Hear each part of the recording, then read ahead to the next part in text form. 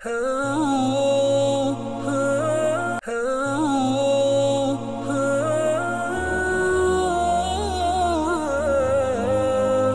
அலைக்கும் வரஹ்மத்துல்லாஹி வபரகாத்துஹு. அன்பார்ந்த பிரேட்டிவினர்களே, நமது வாராந்த மனாபிர் இஸ்லாம் நிகழ்ச்சியிலே அல்லாஹ்வின் கிருபை 191வது வாரத்திலே உங்களை சந்திப்பதிலே பெரும் மகிழ்ச்சி அடைகிறேன். வழமை போன்று முதலாவதாக அல் மஸ்ஜிதுல் ஹராம் மக்கா முக்கர்ரமாவுடைய ஹுத்பா, அந்த ஹுத்பாவை ஷேக் யாசிர் தூசரி ஹஃபிதுல்லாஹ் நிறுத்தியிருந்தார்கள்.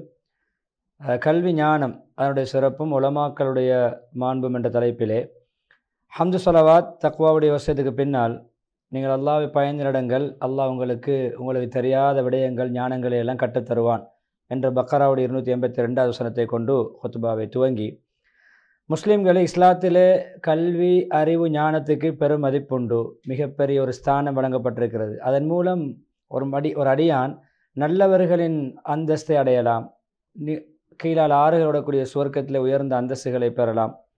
அல்லாஹ் ஈமான்தாரிகளுக்கும் உங்கள் இருக்கின்ற ஈமான்தாரிகளுக்கும் அறிவு ஞானம் கொடுக்கப்பட்ட அறிஞர்களுக்கும் அல்லாஹ் பல அந்தஸ்துகளை படித்தரங்களை உயர்த்துகிறான். சூரா முஜாதிலா 11வது ஆயத்தை ஓதி, இல்ம் என்பது உண்மையிலே ஆயுள் அர்ப்பணிக்கப்படுவதிலே மிக சிறந்தது. ஆயுளை யார் கல்விக்காக அர்ப்பணிக்கிறாரோ அவருடைய ஆயுள் வீணாகாது. அதே போன்று செலவழிக்கப்படக்கூடிய செல்வங்கள் எல்லாம் கல்வி அறிவு ஞானத்துக்காக வேண்டி செலவழிக்கப்படக்கூடிய செல்வங்கள் சிறந்தன. அது அல்லாஹ்வுடைய உண்மையான யதார்த்தத்தை, அல்லாஹ்வுடைய வல்லமையை புரிவதின் பக்கம், அல்லாஹ்வை பற்றிய உண்மையான ஞானத்தின் பக்கம், அதேபோல் அல்லாஹ்வுடைய அச்சத்தின் பக்கம், அல்லாஹ்வை கண்ணியப்படுத்தக்கூடிய பண்பின் பக்கம், அல்லாஹ்வை அஞ்சி நடக்கக்கூடிய இறை அச்சத்தின் பக்கம் வழிகாட்டக்கூடிய ஒரு சாதனமாக இருக்கிறது. அல்லாஹ் ஜல்ல ஜலாலுஹு ஃபாத்திர் 28வது வசனத்தில் சொல்லும் பொழுது, அல்லாஹ்வை அவருடைய அடியார்களிலே மிகவும் அஞ்சி நடக்கக்கூடியவர்கள் உலமாக்கள், மார்க்க அறிஞர்கள். எனவே ஒவ்வொருவரும் ஒரு தன்னை தற்காத்து கொள்வதற்காக, தன்னை ஆபத்துகளிலிருந்து சிரமங்களிலிருந்து தன்னை விடுவிப்பதற்காக, காப்பாற்றிக் கொள்வதற்காக முயற்சிக்கின்ற ஒவ்வொருவரும் அவருடைய அந்த இலக்கை சென்றடைவார். எனவே பொதுவாக இந்த குர்ஆன், இந்த அறிவு ஞானத்துடைய இலக்கு சென்றடையும் இடம் என்பது பொதுவாக அல்லாஹ்வினால் ரசூலுல்லாஹி ஸல்லல்லாஹு அலைஹி வஸல்லம் அவர்கள் மூலம் அறிவிக்கப்பட்ட அந்த அறிவு ஞானங்களிலே சொல்லப்பட்ட சட்டத்திட்டங்களை வாழ்க்கையிலே செயல்படுத்துவது. அபூ ஹுரைரா ரலியல்லாஹு அறியக்கூடிய ஹதீஸ், ரசூல் ஸல்லல்லாஹு அலைஹி வஸல்லம் சொன்னார்கள், யார் ஒருவர் கல்வி ஞானத்தை தேடி ஒரு பாதையில் செல்வார், அதன் மூலம் அல்லாஹ் சுவர்க்கத்துக்கு செல்லும் வழியை அல்லாஹ் அவருக்கு இலகுபடுத்துவான். முஸ்லிம் ரஹிமஹுல்லாவுடைய ரிவாயத். அல்லாஹ்வுடைய அடியார்களே, நிச்சயமாக அறிவு ஞானம் என்பது உள்ளத்துக்கு உயிரோட்டம் ஊட்டக்கூடியது, உயிரோட்டம் வழங்கக்கூடியது, பார்வைகளுக்கு ஒளி வழங்கக்கூடியது, புத்திகளை இன்னும் அதாவது புத்திகளுக்கு இன்னும் பிரகாசத்தை ஒளியை உண்டு பண்ணக்கூடியது. அதன் மூலம் அல்லாஹ் உண்மையான முறையிலே வழிபட்டு நடக்கப்படுவான். அதாவது அந்த அறிவு ஞானம் உள்ளவர்கள் அல்லாஹ்வுக்கு உண்மையாக வழிபட்டு நடப்பார்கள். அல்லாஹ்வை சரியான முறையில் வணக்கம் புரியப்படும். அல்லாஹ் எப்பொழுதும் அல்லாஹ்வுடைய நாமம் பிரஸ்தாபிக்கப்படும். அல்லாஹ் எப்பொழுதும் புகழ்ந்து பாராட்டப்படுவான். அதன் மூலம் இனபந்துக்கள், அறிவு ஞானத்தின் மூலமாக இனபந்துக்கள் சேர்ந்து நடக்கப்படும். ஹலால் எது ஹராம் என்று புரியப்படும். அதே போன்று அந்த இல்மை தேடுவது, அதற்காக வேண்டி பாடுபடுவது ஒரு அல்லாஹ்வுக்கு விருப்பமான ஒரு நெருக்கமான ஒரு அமல், அல்லாஹ்வை பக்கம் நெருக்கத்தை ஏற்படுத்தும் ஒரு அமல். அதற்காக செய்கின்ற தியாகங்கள் எல்லாம் அந்த இல்மை மற்றவர்களுக்கு கற்றுக் கொடுப்பது, போதிப்பது ஒரு இல்முடைய ஒரு தர்மம் போன்றது. எனவே அதே போல் அந்த இல்மை நாங்கள் மீண்டும் மீண்டும் அதை ஆய்வு செய்வது, படிப்பது, ஒருவருக்கு பரிமாறிக்கொள்வது, ஞாபகம் ஊட்டிக்கொள்வது, இல்முடைய கலந்துரையாடலில் ஈடுபடுவது ஒரு இபாதத், ஒரு வணக்கம். எனவே குர்ஆன் ஹதீஸுடைய 2 கூற்றுக்களும், குர்ஆனுடைய ஆயாத்துகளும் ஹதீஸுகளும் நிறையவே வந்திருக்கின்றன இல்முடைய சிறப்பை தெளிவுபடுத்துமாக. அந்த உலமாக்களுக்கு என்னென்ன அந்தஸ்துகள், பாக்கியங்கள் சித்தப்படுத்தி வைக்கப்பட்டிருக்கின்றன என்பதையெல்லாம் அதிகமாக விவரிக்கின்ற ஆயத்துகள் இருக்கின்றன. ஒரு ஆயத்திலே ஜுமர் 9வது வசனத்திலே, நபியை நீங்கள் கேளுங்கள், அறிவாளிகளும் அறிவிலிகளும் சமமாகுவார்களா? ஞானம் கொடுக்கப்பட்டவர்கள் ஞானிகளும் ஞானமற்றவர்களும் சமமாகுவார்களா? முஆவியா ரலியல்லாஹு அன்ஹு ஹதீஸை சொல்கிறார்கள், முஹம்மது ஸல்லல்லாஹு அலைஹி வஸல்லம் அவர்கள் பின்வருமாறு சொல்வதை நான் கேட்டேன். அதாவது யாருக்கு அல்லாஹ் நலவை நாடுவானோ, யாரின் மூலம் நலவு நடக்க வேண்டும் அல்லது அவருக்கு நலவு கொடுக்க வேண்டும் என்ற அந்த நாடினால் அவரை மார்க்க ஞானத்தை கொடுப்பான், மார்க்க அறிவை அவருக்கு கொடுப்பான், மார்க்கத்தில் விளக்கத்தை கொடுப்பான். புகாரி முஸ்லிம் ரஹிமஹுமுல்லாவுடைய ரிவாயத். முஸ்லிம்களே, நிச்சயமாக குர்ஆன் ஹதீஸுடைய ஞானம் இருக்கிறது, அதன் அடிப்படை. அதுதான் ஏனைய கலைகளின் அடிப்படை. கலைகளே அந்த குர்ஆன் ஹதீஸை மையமாக வைத்து அமைக்கப்பட்டிருக்கின்றன. எனவே மார்க்கத்திலே உறுதிமிக்க உறுதி வாய்ந்த அந்த உலமாக்கள் இருக்கிறார்களே, அவர்கள் தான் நபிமாருடைய வாரிசுகள், அவர்கள் தான் சிறந்தவர்கள், தேர்வு செய்யப்பட்டவர்கள், அவர்கள் தான் நம்பிக்கையான வழிகாட்டுகள், அவர்கள் தான் நாம் பின்பற்றக்கூடிய பிறருக்கு வழிகாட்டக்கூடிய முக்கிய மேதைகள். அதே போன்று அவர்கள் மூலம்தான் எல்லா சிரமமான நெருக்கடியான பிரச்சனையான கட்டங்களில் எல்லாம் நேர்வழி பெறப்படும். அபு தர்தா ரலியல்லாஹு அன்ஹு கூடிய ஹதீஸ், ரசூல் ஸல்லல்லாஹு அலைஹி வஸல்லம் அவர்கள் பின்வருமாறு சொல்வதை நான் செவியுற்றேன். நிச்சயமாக உலமாக்கள் தான் நபிமார்களுடைய வாரிசுகள், அனந்தரக்காரர்கள். நபிமார்களோ தீனாரையோ திர்ஹத்தையோ, அந்த காலத்து நாணயங்களை சொன்னார்கள். இந்த காலத்து எந்த நாணயங்கள் புழங்கப்படுவதில் எந்த பணத்தையும் விட்டு செல்லவில்லை, பொருளாதாரத்தை விட்டு செல்லவில்லை, அவர்கள் அனந்தரமாக விட்டு செல்லவில்லை. அவர்கள் அனந்தர சொத்தாக விட்டு சென்றது கல்வி ஞானத்தை, மார்க்க ஞானத்தை. யார் அந்த கல்வி ஞானத்தை அடைந்து கொள்வாரோ, கல்வியை கற்று தேர்வாரோ, அவர் பரிபூர்ணமான ஒரு பங்கை, அவர் அதிர்ஷ்டசாலியாக, ஒரு அதிர்ஷ்டம் அடைந்தவராக மாறிவிடுகிறார். அஹ்மத் ரஹிமஹுல்லாஹும் என்ற இமாம்கள், ஏனைய இமாம்களும் இதை பதிவு செய்திருக்கிறார்கள். எனவே இல்மில்லாமல் ஒரு பாதையில் செல்பவர், விளக்கமில்லாமல் ஒரு பாதையில் செல்பவர், அவர் எந்த விதமான தெளிவும் இல்லாமல் வாழ்க்கையின் ஒவ்வொரு கட்டத்தையும் தாண்டி செல்வார், எந்த விதமான விளக்கமும் இல்லாமல் வாழ்ந்து செல்வார். அவர் சில வேளை கஷ்டமான பாதைகளில் சென்றாகப்பட்டுக் கொள்வார், அவர் அடைய முடியாத பாதைகளிலும் வழி தேடி செல்வார். எனவே ஒரு மனிதர் தனக்குத்தானே பயனுள்ளவராக வாழ வேண்டுமா, அல்லது சமூகத்துக்கு நலன் விரும்பியாக, சமூகத்துக்கு நற்சேவை புரியக்கூடிய ஒரு நட்பிரஜையாக வாழ வேண்டுமா, அவருக்கு கட்டாயம் மார்க்க ஞானம் தேவை, அறிவு ஞானம் தேவை. இல்மின் மூலம்தான் கண்ணியங்கள் கட்டியெழுப்பப்படும், அதே போன்று நாகரிகங்கள் கட்டியெழுப்பப்படும், கலாச்சாரங்கள் மேன்மைப்படுத்தப்படும். அதே போன்று பொதுவாக ஒரு சமுதாயம் அறிவார்ந்த சமூகமாக இருக்கும் பொழுதுதான் ஆட்சி அமைக்கக்கூடிய, பிறரை ஆட்சி செய்யக்கூடிய அந்த ஸ்தானத்தை அடைவார்கள். எனவே பொதுவாக எந்த சமுதாயத்திலே மௌட்டீகம் மடமை பரவுமோ, பொதுவாக அந்த சமுதாயம் தன்னுடைய கட்டுக்கோப்புகளை தகர்க்கும், தன்னுடைய அடிப்படையான அம்சங்களை சுக்குநூறாக்கும், தன்னுடைய கட்டமைப்பை அது சீரழித்து விடும். இஸ்லாமிய சமூகமே நிச்சயமாக எங்களுடைய இந்த தூய்மையான இஸ்லாமிய மார்க்கம் இருக்கிறதே, மார்க்க ஞானங்களை கற்றுக்கொள்ளுமாறு பணிக்கின்ற அதே நேரம் ஏனைய கல்விகளையும் கலைகளையும் கற்குமாறும் தூண்டுகிறது. அதன் மூலம் ஒரு மனிதனுடைய அன்றாட வாழ்க்கை முறைகள் சீரமையும். உலகத்துடைய நிர்வாகம், உலகத்தை புனர்நிர்மாணம் செய்வது, பரிபாலனம் செய்வது அதன் மூலம்தான் நிறைவேறும். அல்லாஹ் உங்களை பூமியிலே உருவாக்கினான், உங்களிலே உம்மார்களாக, உலகத்தை நிர்வகிக்கக்கூடியவர்களாக, உலகத்தை நீங்கள் பணிகள் மூலம், நடவடிக்கைகள் மூலம், உங்களுடைய செயற்பாடுகள் மூலம் செழிப்பாக்கக்கூடியவர்களாக உலகத்துடைய நிர்வாக பொறுப்பை உங்களுக்கு அல்லாஹ் தந்து அனுப்பியிருக்கிறான். ஹூத் 61 வசனத்தை ஓதி முதல் குத்துபா இறுதிக்கட்டத்திலே இந்த அழகான தீனுடைய அழகு சௌந்தரியங்களில் உள்ளதுதான், பரிபூர்ணத்தன்மை உள்ளதுதான், உயர்ந்த உன்னதமான நற்குணங்களை, பண்பாடுகளை இந்த இஸ்லாம் நமக்கு வழங்கியிருக்கிறது. உயர்ந்த அடிப்படை அம்சங்களை, விழுமியங்களை வழங்கியிருக்கிறது. அதன் மூலம்தான் பொதுவாக வாழ்க்கையை நாம் முடிவெடுக்க முடியும், எப்படி வாழ்வது, அந்த வாழ்க்கை சம்பந்தப்பட்ட ஞானங்களை, அதன் மூலம்தான் நாங்கள் என்னென்ன அறிவு, என்னென்ன ஞானங்கள், என்னென்ன தகமைகள், என்னென்ன அறிவுகளை தேவை என்ற முடிவெடுக்க முடியும். அதன் மூலம்தான் இந்த சமுதாயம் வாழ்க்கை ஸ்திரமாக அமைவதற்கு வழிவகையாக அமையும். அதே போன்று நம்முடைய பெரும்பெரும் நோக்கங்கள், இலக்குகள், குறிக்கோள்கள் எல்லாம் அதன் மூலம்தான் ஊர்ஜிதமாகும். இலக்குகளை அடையலாம், லட்சியங்களை அடையலாம். அல்லாஹ் நமக்காக நாடிய லட்சியங்களை நாம் அடைய முடியும் அறிவின் மூலமாக. அபூ ஹுரைரா ரலியல்லாஹு அன்ஹு கூடிய ஹதீஸோடு முதல் குத்பாவை இஸ்திக்ஃபார் துஆவோடு முடிக்கிறார்கள்.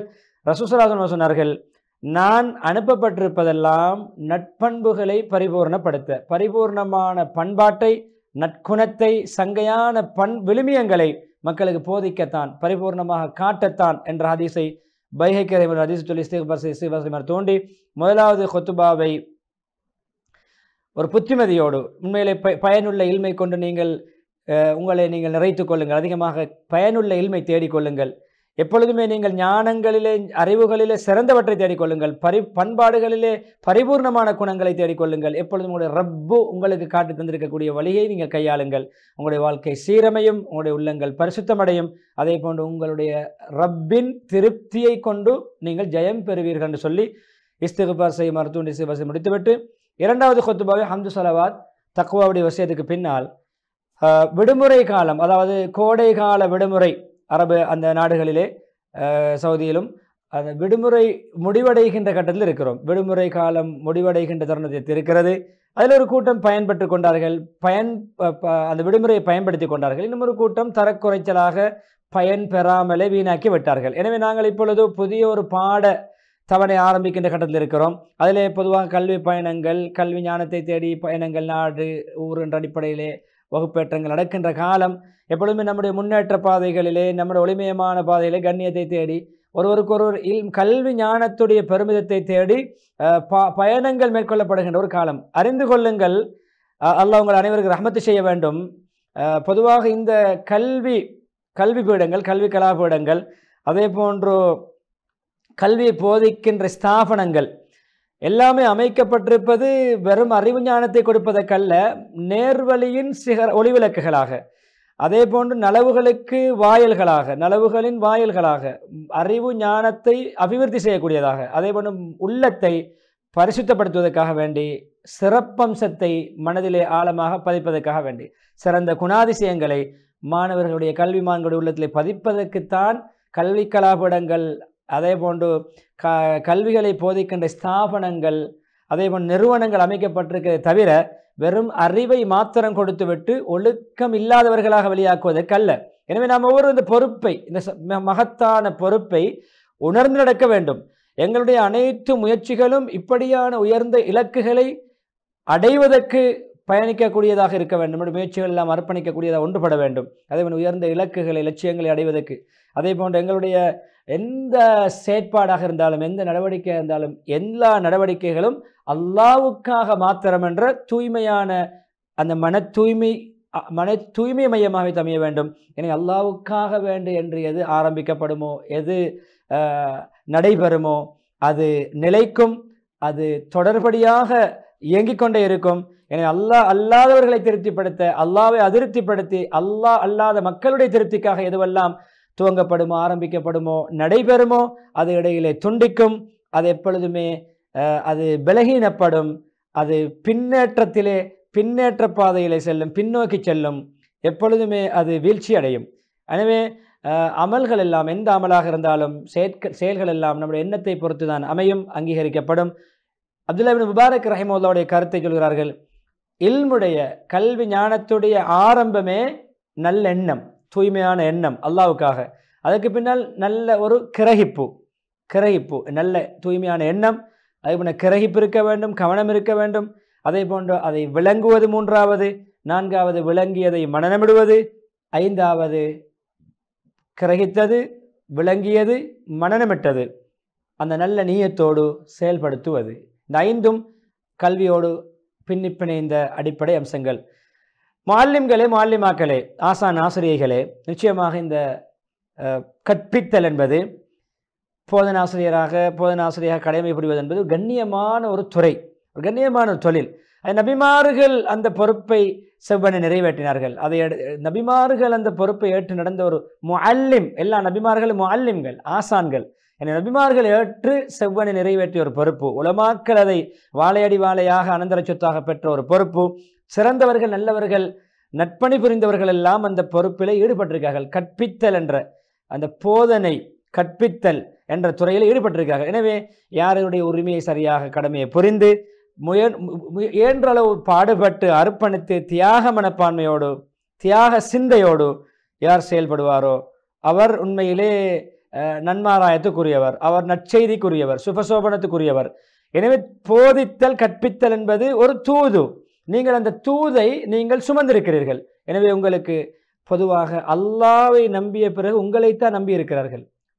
பிள்ளைகள் விடயத்திலே பெற்றோருடைய மேலெண்ணங்கள் உங்களோடு சம்பந்தப்படுத்தப்பட்டிருக்கிறது.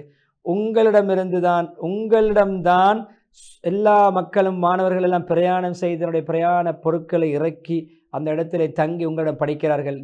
நாட்டை விட்டு பிரிந்து, ஊரை விட்டு பிரிந்து, வீட்டை விட்டு பிரிந்து பயணம் செய்து உங்களிடம் வந்து பயண பொதிகளை இறக்கி அவர்கள் வைத்துவிட்டு உங்களிடம் கற்க வந்திருக்கிறார்கள். எனவே பொதுவாக உங்களுக்கு முன்னால் தான் எதிர்கால சந்ததியுடைய அறிவே உங்களுடைய கையில், கல்வி ஞானமே உங்களுடைய கையில். அவருடைய புத்தி சீராக அமைவதும் அவருடைய புத்தி சீரற்று போவதும் உங்களுடைய கைவசம்.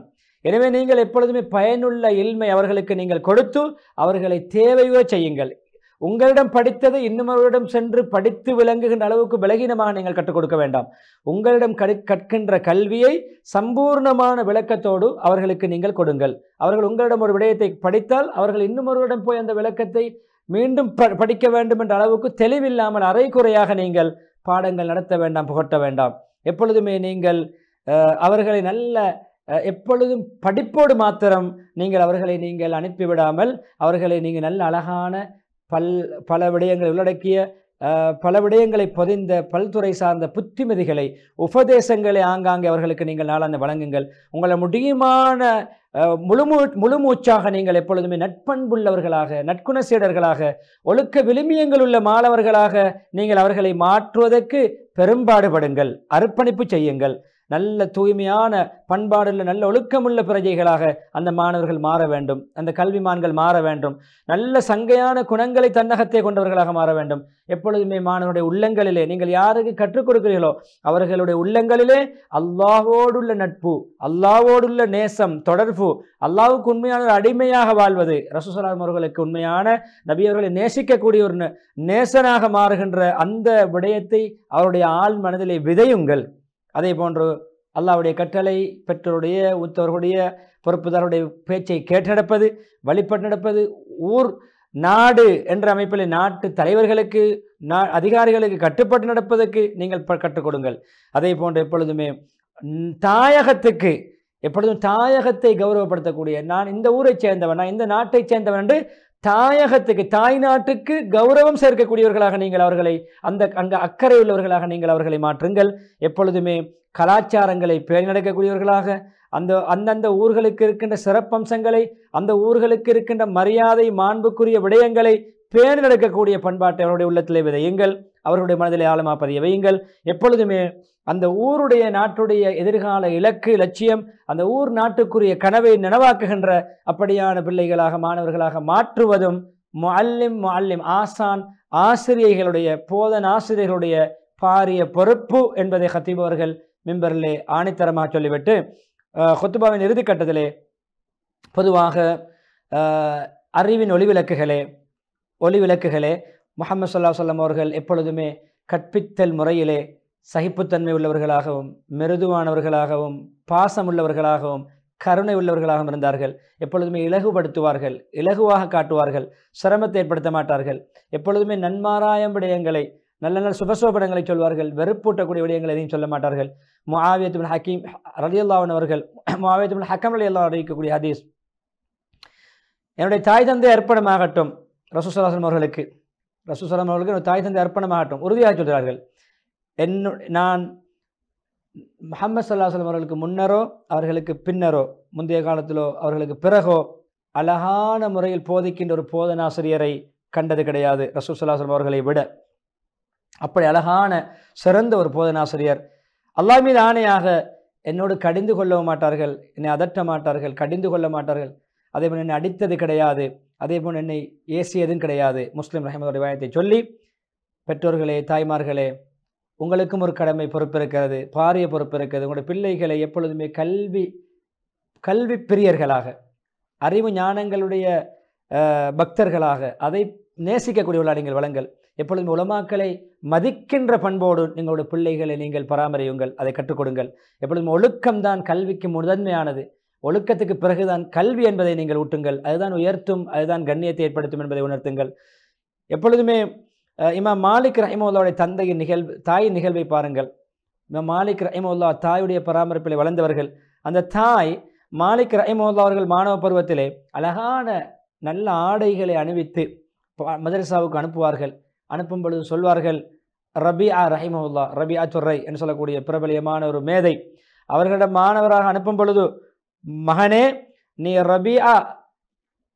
இமாம் ரபிஆ அவர்களிடமிருந்து கல்வியை கற்க முன்னால் அவர்களிடமிருந்து நல்லொழுக்கத்தை கற்றுக்கொள், அவரிடமிருந்து அறிவு ஞானத்தை கற்க முன்னால் பண்பாட்டை கற்றுக்கொள், ஒழுக்கத்தை கற்றுக்கொள் என்று தன்னுடைய பிள்ளைக்கு அறிவு கற்க முன்னால் ஒழுக்கம், விழுமியம், பண்பாடு தேவை என்பதை உணர்த்திய அந்த இமாமுடைய தாய் அவருடைய புத்திமதியை நீங்கள் உங்களுடைய பிள்ளைகளுக்கு ஊட்டி வழங்கள். அது போன்ற தாய்ந்தைகளாக நீங்கள் இருங்கள் என்று சொல்லி சலவாத். அதே போன்று இறுதியாக பொதுவாக பிள்ளைகளை பராமரிக்கின்ற நெறிப்படுத்துகின்ற விடயத்திலே பெரும் பங்கு இருக்கிறது. பிள்ளைகளுடைய பராமரிப்பு பெரும் பங்கு பெற்றோர்களிடம். எனவே பெற்றோர்கள் தன்னுடைய பாரிய பொறுப்பை நிறைவேற்ற வேண்டும். உங்களுடைய பிள்ளைகள் உங்களிடத்திலே அமானிதமாக தரப்பட்டிருக்கார்கள். அல்லாஹ் ஜல்ல ஜலாலுஹு சொல்லியிருக்க, ஈமான்தாரிகளை, உங்களையும் உங்களுடைய குடும்பத்தார்களையும், பிள்ளை குட்டிகள், மனைவி மக்கள் எல்லோரையும், உங்கள் சார்ந்தவர்களை நரக நெருப்பை விட்டு பாதுகாருங்கள். நரகத்துடைய எரிகொல்லிகளே மக்களும் கற்களும். எனவே நரகத்துக்கு விறகுகளாக உங்களுடைய பிள்ளைகளை ஆக்காமல் நீங்கள் ஒழுக்க சீடர்களாக வளர்த்திடுங்கள். தஹரீம் ஆயத்தை ஓதி இப்னு உமருடைய ரிவாயத் நபி ஸல்லல்லாஹு அலைஹி வஸல்லம் உங்கள் ஒவ்வொருவரும் பொறுப்புதாரிகள், கண்காணிப்பாளர்கள், மேற்பார்வையாளர்கள். உங்களுடைய பொறுப்பை பற்றி ஒவ்வொருவரும் நிச்சயம் கேட்கப்படுவீர்கள். புகாரி முஸ்லிம் ரஹிமஹுல்லாவுடைய அந்த ரிவாயத்தை சொல்லி மாணவ மாணவிகளே மாணவ சமூகத்துக்கு ஒரு தூது. இதோ உங்களுடைய கல்வி புதிய பாடங்கள் ஆரம்பிக்கின்ற தருவாயில் இருக்கிறீர்கள். உங்களுக்கு உங்களிடம் முயற்சி இருக்க வேண்டும், அர்ப்பணிப்பு இருக்க வேண்டும், தியாக சிந்தை இருக்க வேண்டும், தூர நோக்கு இருக்க வேண்டும், உயர்ந்த லட்சியங்கள் இருக்க வேண்டும். உங்களுடைய நோக்கத்தை அடைய வேண்டும் என்றால் உங்களுடைய நோக்கத்தை, இலக்கை, குறிக்கோளை அடைவதற்கு தியாக மனப்பான்மை, அர்ப்பணிப்பு, தூர சிந்தை இருக்க வேண்டும். எனவே நீங்கள் எப்பொழுதுமே நல்லவர்களாக நல்ல மாணவியர் நடந்து கொள்ளுங்கள். எப்பொழுதுமே உங்களுக்கு அல்லாஹ் தந்திருக்கூடிய திறமைகள், ஆற்றல்களை வைத்து நீங்கள் எப்பொழுதும் நல்லுபகாரம் செய்யக்கூடிய, நல்ல சேவை செய்யக்கூடியவர்கள், நட்பணி ஆற்றக்கூடியவர்களாகுங்கள். அதில் இன்னும் நீங்கள் கல்வி தரத்தில் உயர்ந்து செல்வீர்கள். அப்படி உயர வேண்டுமா, நீங்கள் நல்ல செயல்கள், நல்ல பணிகள் நீங்கள் மேற்கொள்ள வேண்டும்.